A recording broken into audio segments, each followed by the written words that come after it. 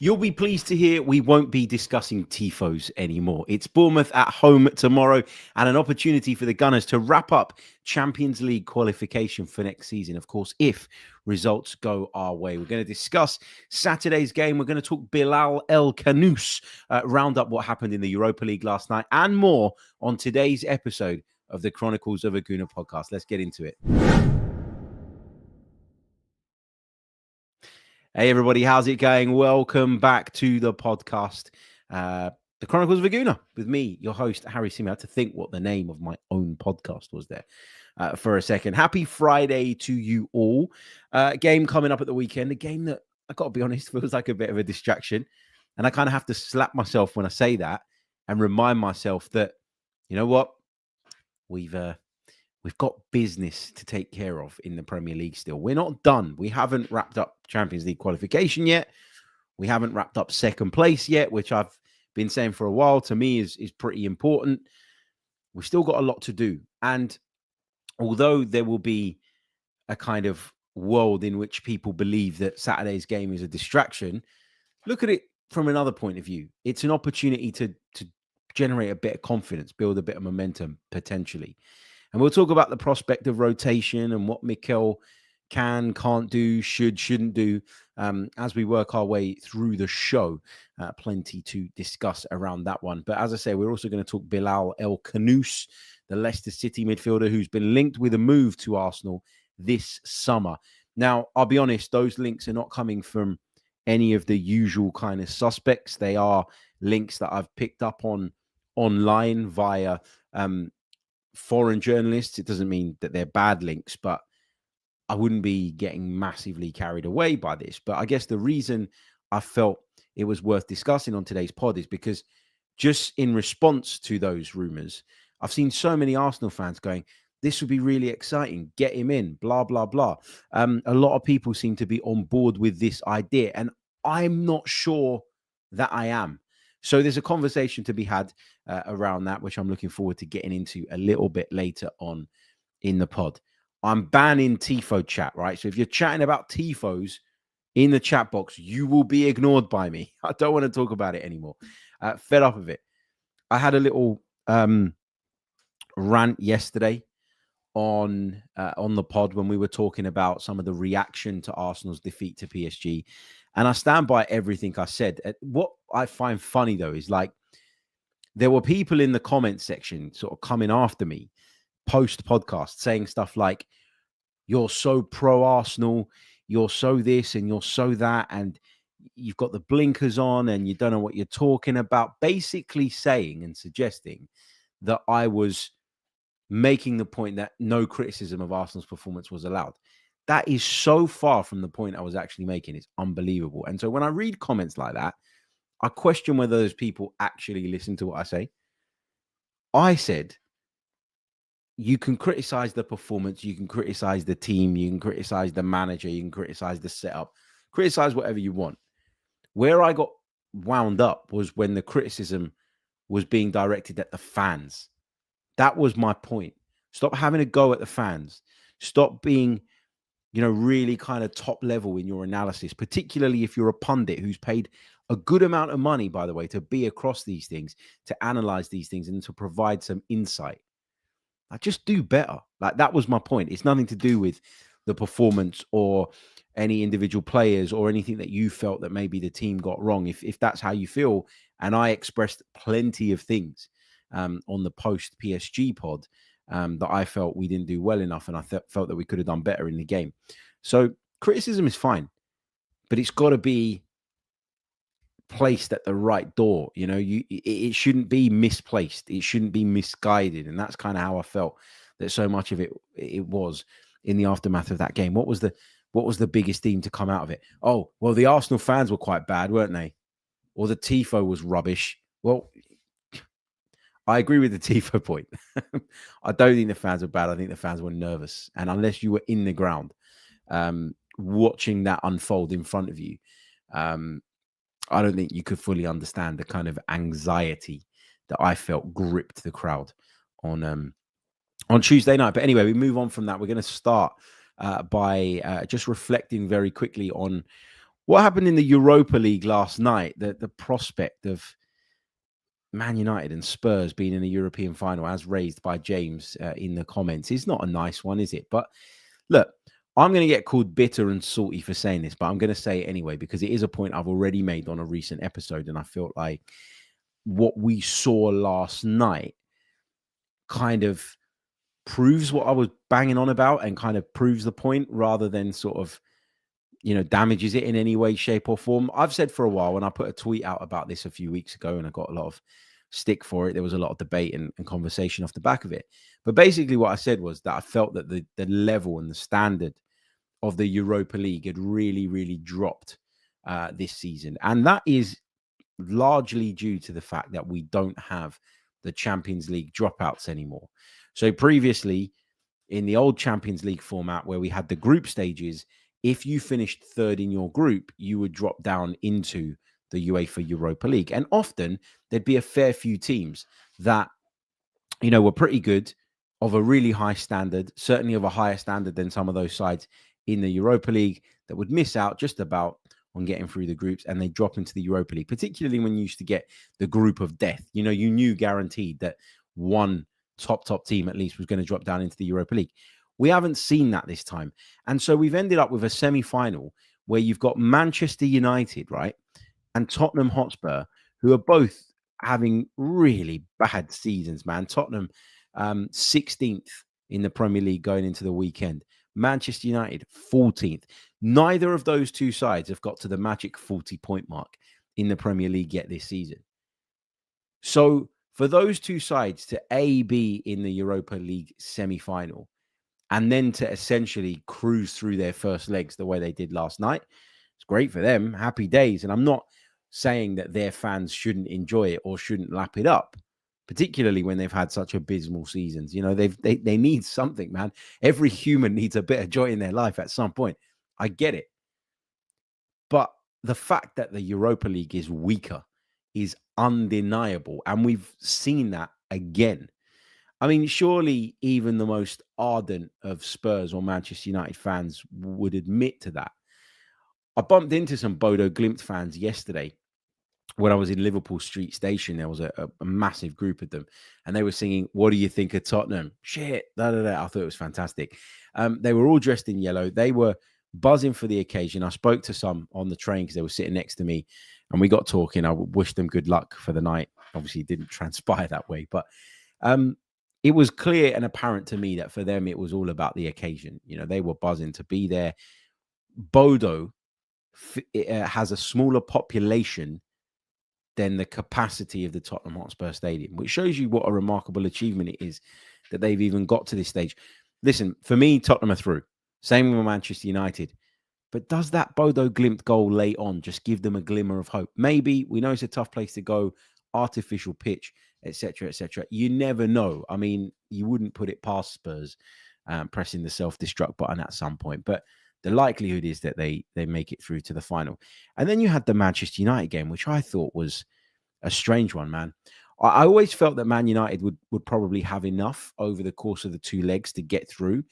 But I felt that they were going to have to sort of hang in there at San Mamés and sort of, put on a performance when they went back to Old Trafford to do it. And in the end, they've gone to Bilbao and they've just completely battered them 3-0. I don't think Man United started the game particularly well. I think in the first 20 minutes or so, you would argue that Athletic Club had the better moments and some of the better chances and probably should have taken the lead. But yeah, Harry Maguire turned into a marauding right winger. There was a penalty awarded. I don't really have a problem with the penalty being awarded, but I thought we had that whole double jeopardy thing, or has that gone away? I can't even keep up with the rules anymore. Who knows? I thought it was harsh to give the penalty and send him off. And obviously that impact Athletic Club and Bruno Fernandes slotted the penalty away. And of course, managed to score again just before the break to basically kill off any chances that Athletic Club had of turning this one around. So I think Man United are definitely through. I think Tottenham are 90% of the way there. I can't believe I'm going to have to watch a European final supporting Man United. It's crazy, isn't it? What has the world come to? I guess the talking point to kind of take away from the Man United game as an Arsenal fan is probably the performance of Nico Williams. Wasn't very effective yesterday. And I know the team generally were quite poor. And I know that, people will always make the case and make the argument that, no, if he was playing in a better team, he produces a better performance. But there's been a few times this season where I've sat down to watch Nico Williams thinking, come on, show me something like you showed me during the Euros, where I watched him live, I think 3 times. And each and every time I came away from the ground going, we should go and get this guy. I remember doing podcasts and videos about it at the time. Yesterday, his performance rating, according to SofaScore, was a 6.3 out of 10. Now, for context, there was only 1, 2, 3, 4, 5, if you include the goalkeeper, Athletic Bilbao players that had a higher rating. So it was kind of like middle of the road in terms of how he performed within the context of their team. But he wasn't inspiring at all, and he didn't put in a particularly good performance. So, yeah, I'm not saying we shouldn't sign him if that is the plan based on what he produced last night. But I do think this has been a bit of a questionable season when it comes to Nico Williams. I would argue there's maybe been a bit of regression. Now, we saw a lot of our players, particularly Declan Rice at the start of the season, I think just struggled to get back into the rhythm of things after the Euros. Those that went to the latter stages of the tournament found it hard, I think, to get going at the start of the season. Nico Williams won the tournament, right? So he went as far as anybody. And for the first half of the season, when he wasn't really performing, I was kind of willing to put it down to that. I was willing to say he's a young man. He's still learning. He's still developing. He's still finding his way in the sport. And he's struggling, like a lot of more senior pros, to kind of get back to his best after maybe the highs of the summer and the sort of lack of a break, I guess. But as the second half of the season sort of came around, I did expect an upturn. And if I'm being completely honest, I haven't really seen it. Again, I don't want us to be knee-jerk. I don't think that's the way you do things. I think if you've been watching a player for 2 or 3 years, really think he's the one, which is, what we are led to believe around Nico Williams. This isn't a new link, right? It's one that's been there for quite some time. Don't think you should completely abandon any plan based on a rough patch over the last couple of months, but it would make me rethink.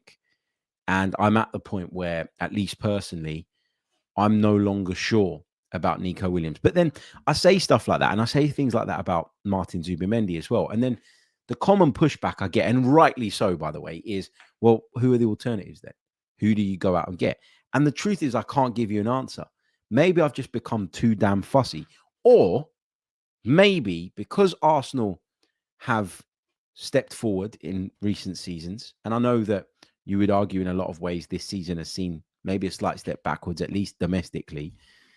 I think that we've got a decent squad when everybody's fit and available. In fact, a very decent squad. Dare I say a good squad when everyone's available. And so I'm looking for players that I'm certain are going to improve it. And over the course of last summer, there was a lot of chat, wasn't there, about, let's lift the floor. The ceiling is quite high. Let's lift the floor. Let's raise the floor of the squad. And we tried to do that by bringing in Calafiori, but he's never fit. We did it by bringing in Mikel Merino.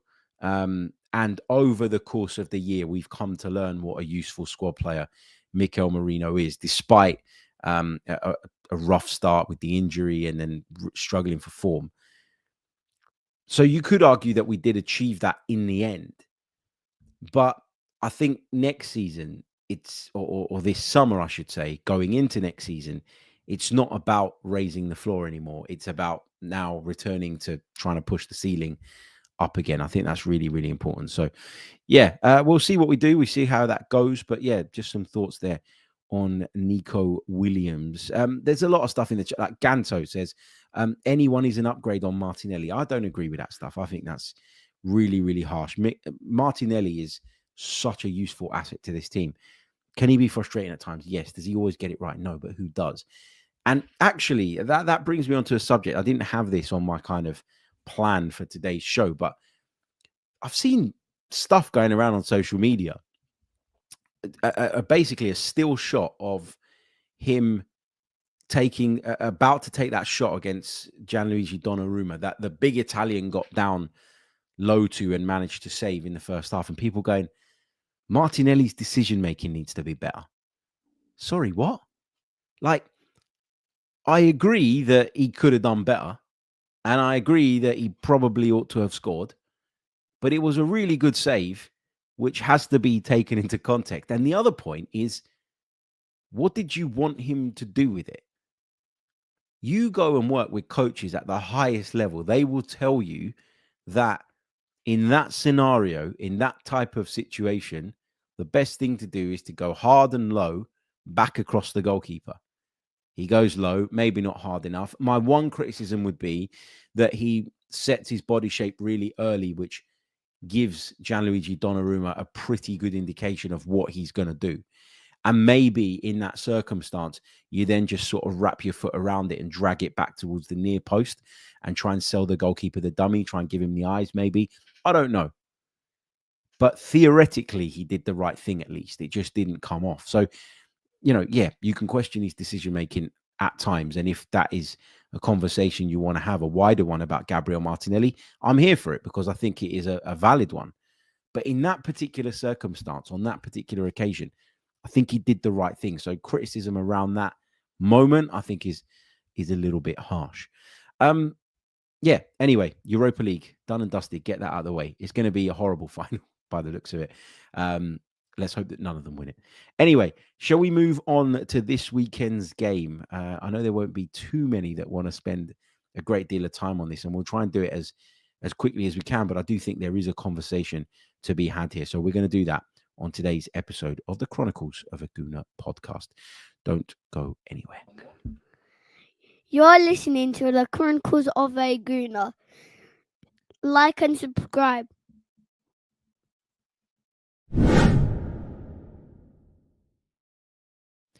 You are indeed listening to the Chronicles of a Gooner podcast with me, your host, Harry Symeou. Leave a like on the video if you're watching us on YouTube. Subscribe to the channel if you're listening to us via Apple or Spotify. Or if you'd like to become a patron, if you'd like to support the podcast, get access to extra episodes, and maybe even more appealing to some of you, based on some of the comments that I get, you can listen to the podcasts ad-free by signing up to Patreon. The link is in the description below. You can sign up and get access to all of those benefits for just, what is it, £3 a month, I think, I want to say. Something like that. Less than a cup of coffee in London, even in North London where I live, not even Central London. That's how crazy things have got. But it supports me. It helps me to keep the lights on. And it helps me as a freelancer, as I always say, to dedicate more time to the podcast. And since we went independent, since we broke away from the 90 Min network, it's been a real big help.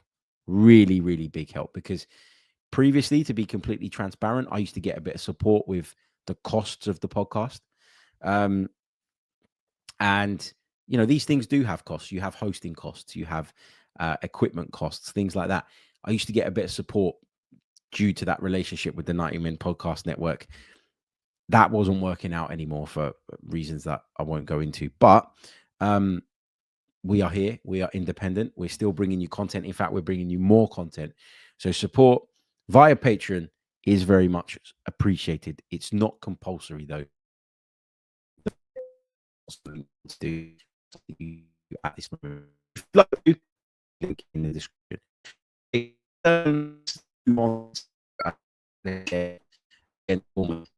Right at the top of the show,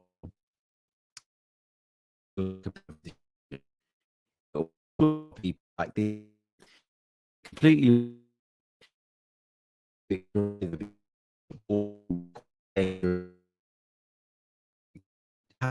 right now. You have a chance of making you one second. Is league. Could they make Conference League. What position does that go down to? I can't even remember. But basically, oh, my mic's fine as far as I can see. It might be my internet. Hold on. Let me know. Gone below 144p. Bloody hell. Your internet is on the fritz. Let me sign in and out again. Don't go anywhere. I'll be back in just a second. I have no idea what's gone wrong. Stay with me and I'll be back in one moment.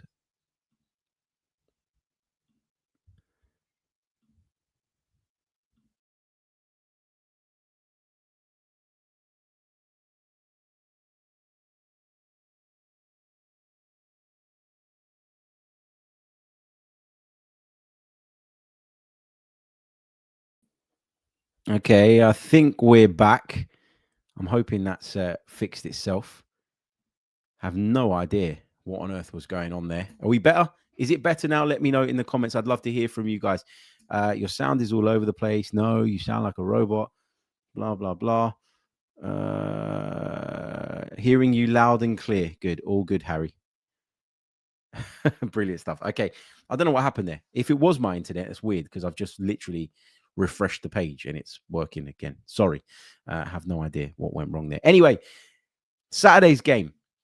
It feels like a bit of a distraction, given that we're traveling to Paris for that huge semi-final second leg in midweek. But as I say, we've got work to do in the Premier League. We've got to wrap up Champions League qualification for next season. And as I said at the top of the show, I want to see us consolidate second place. So there's still plenty riding on our Premier League games. Okay, not as much as is riding on the Champions League game coming up in midweek. But, we've got things to do. And we've got work to do. And also there's an opportunity to build a bit of momentum and a bit of confidence ahead of what's going to be a massive game, a game in which we need to go into with confidence and belief that we can turn things around, that we can get ourselves through to that UEFA Champions League final. I was thinking today about what we do team-wise. How do we approach this? There's going to be a lot of people out there calling for rotation, calling for Mikel Arteta to make real big, high-volume changes. But then I started to think about the bench that we had available to us just the other day against Paris Saint-Germain. And I started to think about what changes the boss could actually make. And the truth is not that many, man. Like, think about what the bench was the other day. Okay, I'll read it out to you. The bench the other day was Nathan Butler Oyedeji. Would you start him against Bournemouth? Personally, I wouldn't. Jack Henry Francis, would you start him against Bournemouth? Personally, I wouldn't. Tommy Setford, would you start him? Don't think so. Cabia, no. Neto, no. He can't because he's ineligible. It's his club. There was four players on our bench the other day against PSG that I would say I'm okay with starting in the game against Bournemouth because of the circumstances, right? Ethan Nwaneri, Raheem Sterling just about, Kieran Tierney, Ben White, and Alexander Zinchenko. So that's 5 players, sorry. Nwaneri can come in, no problem. Sterling is not great, but, it might have to be the way we go. Tierney and Zinchenko are both left backs, unless you play Zinchenko in midfield, and maybe White can come in and give Jurriën Timber a breather. Or Saliba a breather and play at right back. That's the only real thing we can do. Like, is Calafiori going to be back? Don't know. He wasn't in training the other day when there was an open training session for the media. He wasn't involved in that, but we did read yesterday that he, Jorginho, and I think Kai Havertz is the other one, are working hard on individual kind of training plans to try and get themselves back fit and available. So our options are so limited at the moment. And that is, again, why in the aftermath of the PSG game, I think we needed to just chill out and calm down a little bit. Like I said, I'm fine with people criticizing the team's performance and criticizing maybe the management of the game or whatever. But you also have to remember that there was nothing really that Mikel could do in terms of changing things completely. The one change I think he could have made that might have just enhanced us as an attacking team because a few players, in my opinion, were blowing out of their backsides by the time we got to the latter stages of the game, was bring Ethan Nwaneri on a bit earlier. I didn't want to see Raheem Sterling come on. Kieran Tierney at left back maybe was one that you could have argued, and then maybe pushed Miles Lewis-Skelly into the midfield. He still seemed full of energy. Maybe that was an option. But other than that, someone said Zinchenko to me the other day could have come in to try and maybe create something, but would have been a passenger defensively, and you couldn't afford that to be the case against PSG. So I guess my point is, in an ideal world, I'd love us to be able to rotate, but we still need to keep a competitive edge. We still need to get a result on Saturday. But at the same time, we do want to protect people. The thing is, though, you can bang on all you like about rotation, that there isn't really that many rotational options. And I guess that's where the big issue arises for me. The squad is on its knees. It has been for most of the season.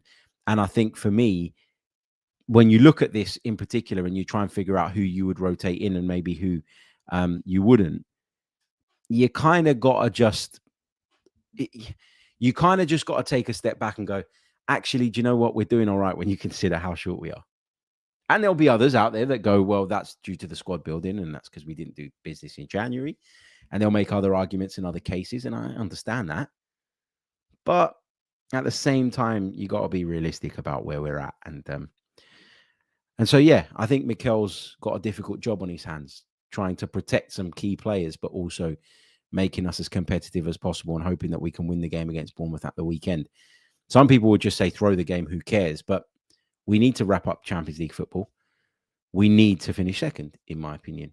We don't need to finish second to the point where I would jeopardize our competitiveness or players that are in the red zone going into PSG. Like, it's not that important, but it is important to a lot of people, I think. Maybe it's just me, but I think we need to prove that our bottom line right now is second place. I think that's important. Hey, if we win the Champions League and we finish third, no one's really going to care that we finished third. But you get the point I'm making. It's about standards. It's about not letting those standards slip. And it's ironic that the people that bang on about standards all the time are the ones that are saying, throw it. Who cares? Forget about Bournemouth. I don't care if we finish fifth. You talk about standards, but you choose to ignore them at certain points and in certain contexts, which to me doesn't make a lot of sense. Anyway, right. Let's move on to some transfer stuff. There is that rumor concerning Bilal El Khannouss doing the rounds at the moment. Let's talk about him. I'll share with you some of my thoughts, and then we'll take your thoughts and some questions from the live chat. You're listening to the Chronicles of a Gooner podcast. Do not go anywhere. Welcome back to the show. Here we go. I knew that comment about the standards was going to wind a few people up. Here we go. The boss calls himself the boss. Second is not important. Second is no better than 15th. I think you'll find, sir, that it is 13 places better than 15th. Anyway, let's get into Bilal El Khannouss then. So what do we know about him? I got to be honest, not a great deal. Seen him play a few times for Leicester City, and he looks lively and he looks like one of the better players, but that's not really saying much. This is a Leicester team that has been really, really underwhelming, that has been relegated without really a fight, that has been the subject of widespread criticism, that Ruud van Nistelrooy couldn't turn around. We always hear that the ownership are really the crux of the problem at Leicester City. And I wouldn't dispute that or argue against that, because the fans of that particular football club will certainly know better than I do. And there's obviously been a frustration among some of those supporters that there's a lack of transparency. But I guess the reason I'm bringing that stuff up is because I think it's created a really, really difficult environment for any player, particularly a young player like Bilal El Khannouss, to come in and thrive. And so when I look at his performances and when I look at his numbers, I've always got that in the back of my mind. And I think you should have that in the back of your mind. If he comes into a better team, if he arrived at Bournemouth, for example, or Brighton, kind of middle of the road, sort of pushing on to kind of 8th position type teams, or Fulham, I think he would have had a much better chance of succeeding. I think his numbers would look a lot better, and I think he'd feel like a much more appealing prospect. But just based on the eye test for me, and it is a limited number of games that I've seen him play, I think he looks lively. Okay, that's kind of as far as I would go with it. If we have a look at the player's history, and let's kind of figure out what his journey has looked like so far, so I can give you guys a bit of background on the player. Let me just share my screens. Here we go. So Bilal El Khannouss, 20 years old, born in Belgium, but he's Moroccan. He's got 20 caps for Morocco, scored just the one goal for them. And in the Premier League this season, he scored 2 goals and produced 2 assists in 29 appearances. He's been in Leicester City's starting 11 75% of the time. He's made a couple of appearances in the FA Cup where he got 2 assists, and he's got 1 goal in the Carabao Cup and an assist. Oh, that's in the Belgian league, so forget about that. But think about it this way, right? So that means he's got 4 assists overall in all competitions this season. In terms of his main position, he is seen as an attacking midfielder, but of course, he can play in a slightly deeper midfield role. And there have been times where he's played from the left-hand side. He is a right-footed player, so that would allow him to kind of cut in. And he's got a contract at Leicester City that runs until 2028. Now, Leicester have been relegated. They are going to sell players. So if you look at anybody in that Leicester team and you feel like they're a talent and you feel like they're worthwhile taking a punt on, I'm sure if the money's right, you're going to be able to get a deal done. Leicester are in no position to dig their heels in over anybody.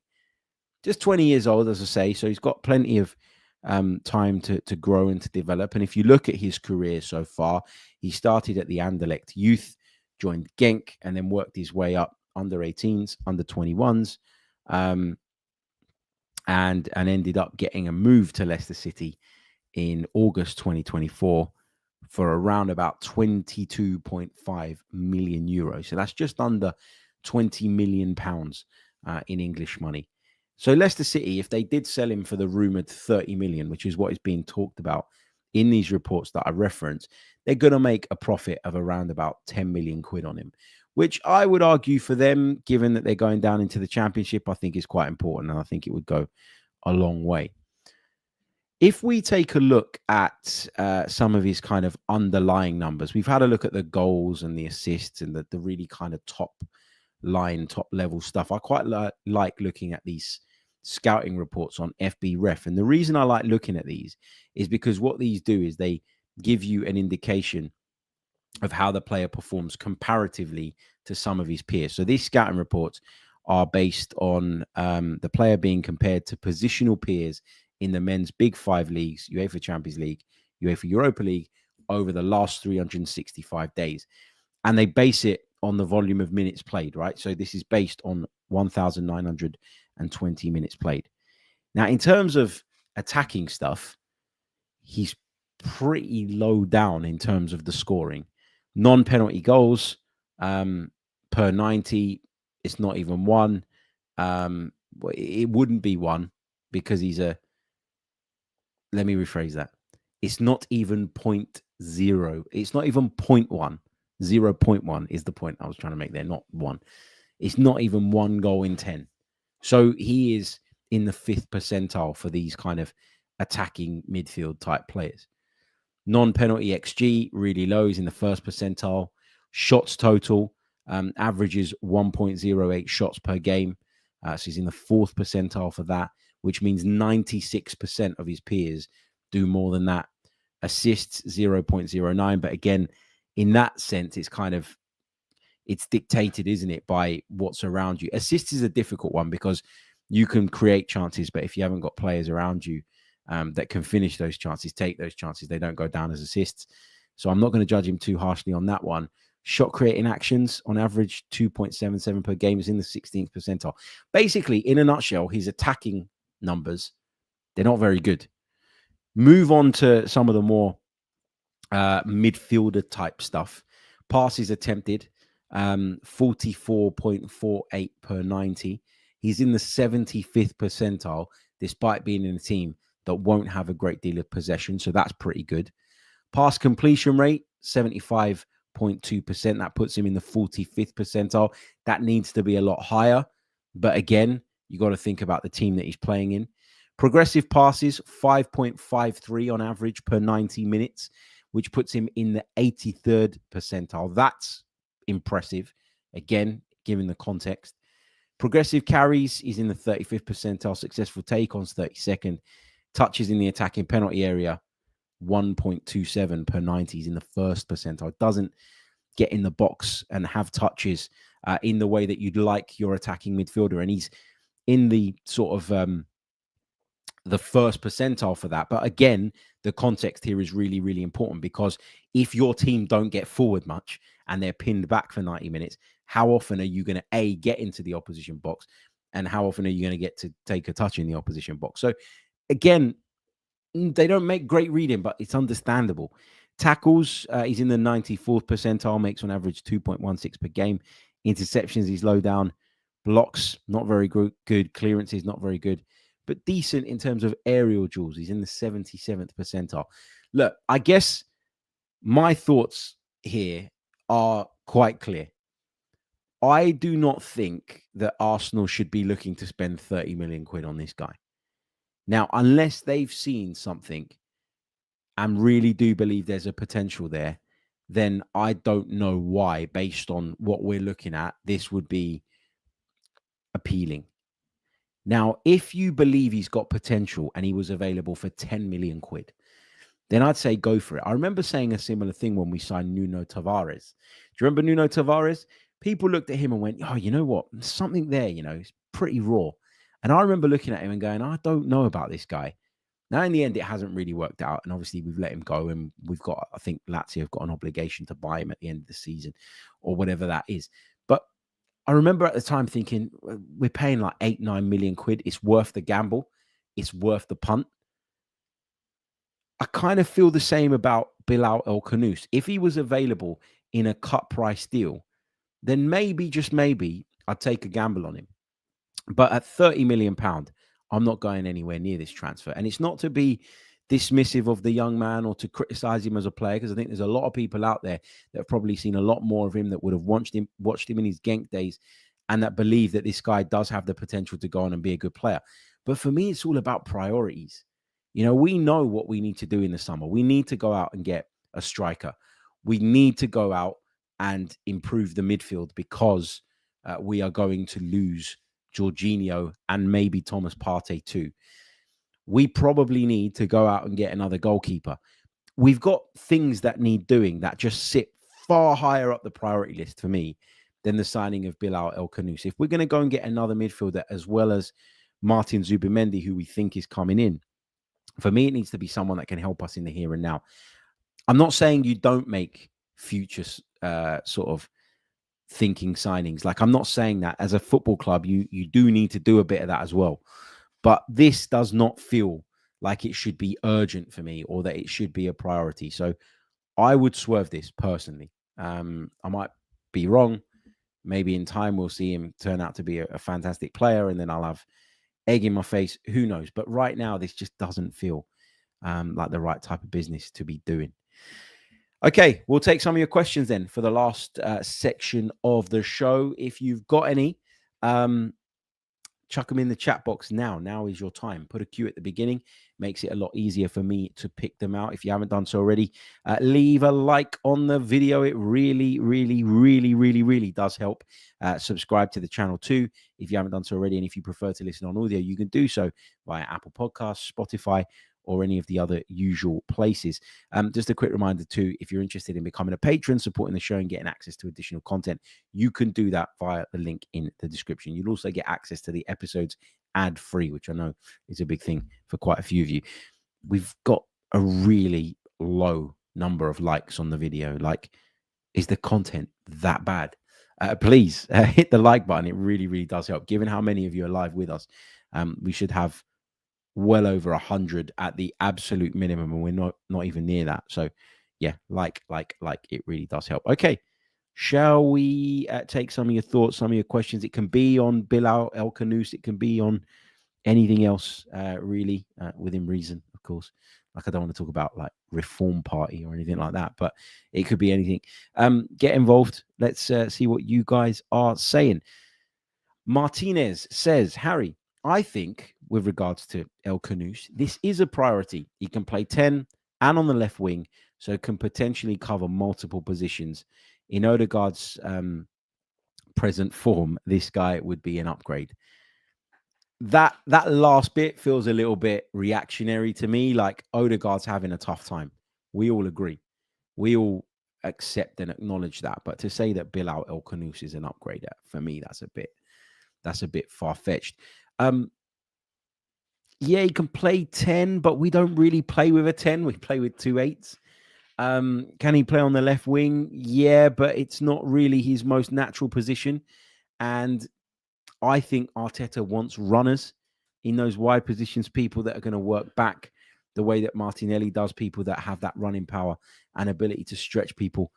We play with a really high intensity, and El Khannouss feels like a centrally orientated player to me, a bit like Smith Rowe, right? That's the guy that I think you can maybe make a slight comparison to. I know El Khannouss plays a bit deeper and he's probably a lot more effective defensively than Emil Smith Rowe would have been. But the reason he came to mind was because that was an example of us at one point having a player that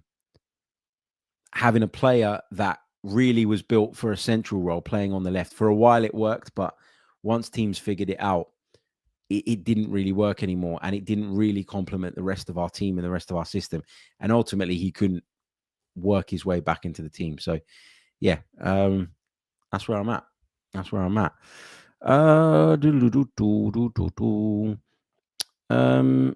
AJ Envoy on the PSG game. Harry, what would you say is the best approach to actually progress past PSG? How would you set the game tactics up? And would you strongly consider Nwaneri starting, given how poor Odegaard has been?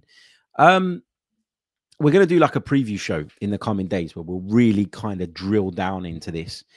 But I guess I'd like to see us be quite, not reserved, not cautious, not pragmatic, but I'd like us to be sensible in the first 15, 20 minutes of the game. So I think it's really important that we don't go there and concede early and give ourselves a mountain to climb. Some people would argue that we still need to score 2 on the night. So even if we do go a goal down, it ain't the end of the world. But for me, it would just be a psychological blow that I'm not sure we'd be able to recover from. So I think I'd be cautious at the start of the game. I play with the same system that we always play. But with regards to the Nwaneri thing, does he start over Martin Odegaard? People would disagree with this. For me, no. He doesn't start over Martin Odegaard. But I don't think I'd be reluctant, as Mikel Arteta's been, to hook Martin Odegaard after, say, an hour if it's not working out. So, yeah, we'll see. Samus says, unrelated, but have you ever considered doing an actual live event show in person? Maybe like an end of season or pre-season show? Honestly, I've not really considered it. Why? Because I don't think anybody would come. Like, if there was people that were up for it and people wanted to come, like, I'd do something small. It would be small because we wouldn't get the numbers to make it a big deal. And I'd try and maybe bring in an ex-pro with me as well, so we could like have a kind of live debate with you guys being interactive as well in the audience all at the same time. I'd love to do something like that, but I know so many of our listeners are widespread. Like, we've got listeners in all parts of the world. You know, we kind of demonstrated that a few weeks ago when we asked people to let us know where they were listening from. I don't know how many of our listeners would be, for instance, in the North London area and would want to attend. So if I felt that there was the demand for it, then maybe. It's not that I'm against it, but I've just never really thought that people would bother coming out to see anything like that. But thanks for sort of bringing that up, because it does trigger some thoughts and make you wonder if there is that demand. So appreciate that, man. What else have we got? Rumble says, do you keep up to date with the Greek national team? The lads coming through are ballers. Yeah, they've got a few interesting players coming through, and it's really out of character, because Greek football is always associated with this really kind of defensive and negative style, And then all of a sudden, these flair players are coming through, and you're thinking, where the hell have they come from? But yeah, it's good to see, of course. Afsar with a question around PSG, but I think I kind of answered it already. The boss says, where's the cutoff point with Arteta? Is it another year, 5 years, or 10 years? I don't really put a date on these things, and I'll explain why. I think that, and I've always said this, football's the best sport in the world because there are so many variables to it. And because there are so many variables to it, I think you need to be able to assess things on an individual basis. So like, I think you need to be able to assess this season when sort of, let me start that again. To assess this season, you need to get all the information. You need to take into consideration the context, and then you need to assess this season. And your assessment of this season shouldn't necessarily be based on what happened last season or what you think is going to happen next season. You should be able to assess things in isolation. But to do that, you need context, and you need to be open-minded. And I kind of feel like when a manager's going to go, when you need to get rid of a manager, you just know when that time comes. You feel it in your gut. I felt it in my gut when we lost to Eintracht Frankfurt, I think it was, when Unai Emery was in charge, and he went, I think, the next day. Sometimes you have a result, or you have a moment where you know that it's done. That's kind of the sliding doors moment. I'm not there yet with Mikel Arteta. I might be there in a year. I might be there in 6 months. I might be there in 6 years. I might be there in 10 years. I don't know, because I don't actively want him to fail. And this is the difference between me and a lot of other Arsenal creators, I would say. It feels to me like there's a lot of content creators that start off doing it and loving the club, right? Because they come from a position where they're fans. And I would argue that even when they do go in the direction that I'm about to describe, they do still love the club, because you can't switch that off. If you've grown up supporting the club, you can't switch it off. But there comes a point where their egos, right, dictate that being proven right is more important than the success of the football club. And they will tell you, no, I'm demanding the highest standards. I'm demanding the very, very best. But that's because they don't realize that their ego is completely taken over. They want to be able to hit the record button, hit the go live button, whatever it might be, and tell you that they were right. It's like an addiction. And for a lot of these people, it's what fuels them. It's what drives them. It's why they make outrageous comments and outrageous predictions. Because if you make 10 outrageous predictions and even 2 or 3 of them come off, you can point to them and say, that was me thinking outside the box. I'm a genius. And your ego doesn't allow you to remember the ones that you got horribly and completely wrong. I'll give you a great example, right? There are a lot of content creators out there that say, if Mikel Arteta doesn't win the Champions League this season, he should be sacked. The same people 3 years ago would have told you that Mikel Arteta was a championship standard manager and would never get this club anywhere further than 8th in the league. Now, their ego tells them that the fact that he hasn't won one of the major trophies, the Premier League or the Champions League, means that they're right. But it completely ignores the fact that they also told you that this guy wasn't going to get us past 8th. So he's already proven them wrong. They are already wrong. They've already been wrong. And I'm not having a go at people for being wrong. We're all wrong at times. But people that overblow their successful predictions and ignore the bad ones, that's because their ego's doing that. Their ego's got in the way. And there's so much of that in the Arsenal content creation space that we've ended up in a position where people then start wanting to put definitive timeframes on. So like 1 year, 2 years, 3 years. Have an objective, yes. But the objective has to be flexible in some way, because there are things in football that are out of your control. Let's say I opened a car dealership, right? And I plan to sell 20 cars a month. I don't know if that's good or bad, but I plan to sell 20 cars a month. And then the weather's really shit for 2 weeks of that month.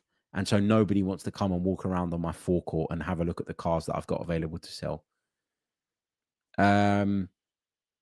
There's a change in the law that means that council tax goes up or income tax goes up. And so people have got less disposable income. And so people are less inclined to change their cars unless they really, really need to. And I don't sell those 20 cars a month. Am I going to sit down at the end of that month and go, bloody hell, man, I've failed? Or am I going to say, I didn't achieve what I wanted to achieve, but these are the reasons why. Let's learn from this. Let's develop. Let's move forward. And one thing Arsenal have shown under Mikel Arteta is that they do learn. Now, some people would say, no, that's not true because they've still not won one of those major trophies. But I think that, you got to really kind of drill down into some of these predictions that some of these people are making, because yes, they might get one or two of them right, and that's great. It's not easy to predict anything in football, really, other than that the bottom three were going to go down this season. But also, don't forget the bad predictions. And you don't know at the time of a prediction being made whether it's going to be a good one or a bad one. So don't jump on those bandwagons, is what I would say. Long-winded answer to your question, but it is a good question. And I was happy to take it, because for me, I don't think you can put definitive timeframes on stuff like that. Flashlight Junkie says, Harry, do you think Odegaard has ongoing medical issues like Clive suggested on his podcast? I did listen to that. And what Clive said, he didn't say that, he's definitively got a medical issue, but Clive said that he doesn't look right to him, and potentially there could be something ongoing that we don't know about. And I think when you're struggling to figure out why Odegaard's form has gone the way it has, I think you're well within your rights to believe that there's something ongoing that we don't know about, because we just can't explain it. All right, going for a dry patch of goals, fine, it happens. But to be playing as poorly by his own really high standards for such a long time, it does feel like there's something up. I'm not saying that's true, because I don't know, is the honest answer. But if you're asking my opinion, I think it is quite possible that there is maybe something going on that we don't know about, something that he's dealing with, working against, fighting, that we don't really know about. I think it is a fair conclusion to draw. But as I say, I don't know that. So I can't sit here and say, yeah, it is that or it isn't. Jid says, am I the only one who wants us to play our strongest team against Bournemouth? I'd rather have a switched on team against PSG than a well-rested one. I think as top-level players, if you can't find a way to get through the PSG game, largely on adrenaline and largely based on what the occasion is, then you're not a top-level player. So we play on Wednesday and we've got a game at the weekend on Saturday. It's not like we're playing Sunday and Tuesday. I think that the team will be a strong team anyway, because I think, as I've said already, we've got work to do in the Premier League. But I kind of agree with your sentiment. Look, if everybody's okay, then fine. But if there is one or two that haven't really recovered well from the PSG game, and there's a greater level of risk around them, there's risk around everybody. But if there's greater levels of risk around particular players, then I would probably leave those guys out. But I understand your sentiment. It makes sense. It does. Okay, guys, I am going to leave it there. Thank you all so much for tuning in to another episode of the Chronicles of a Gooner podcast. Thank you all so much. We've got content coming your way over the weekend as well. And of course, we begin our build-up very shortly to that second leg against Paris Saint-Germain at the Parc des Princes on Wednesday. I'll see you all next time. Until then, take care of yourselves and have a great day. Up the Arsenal.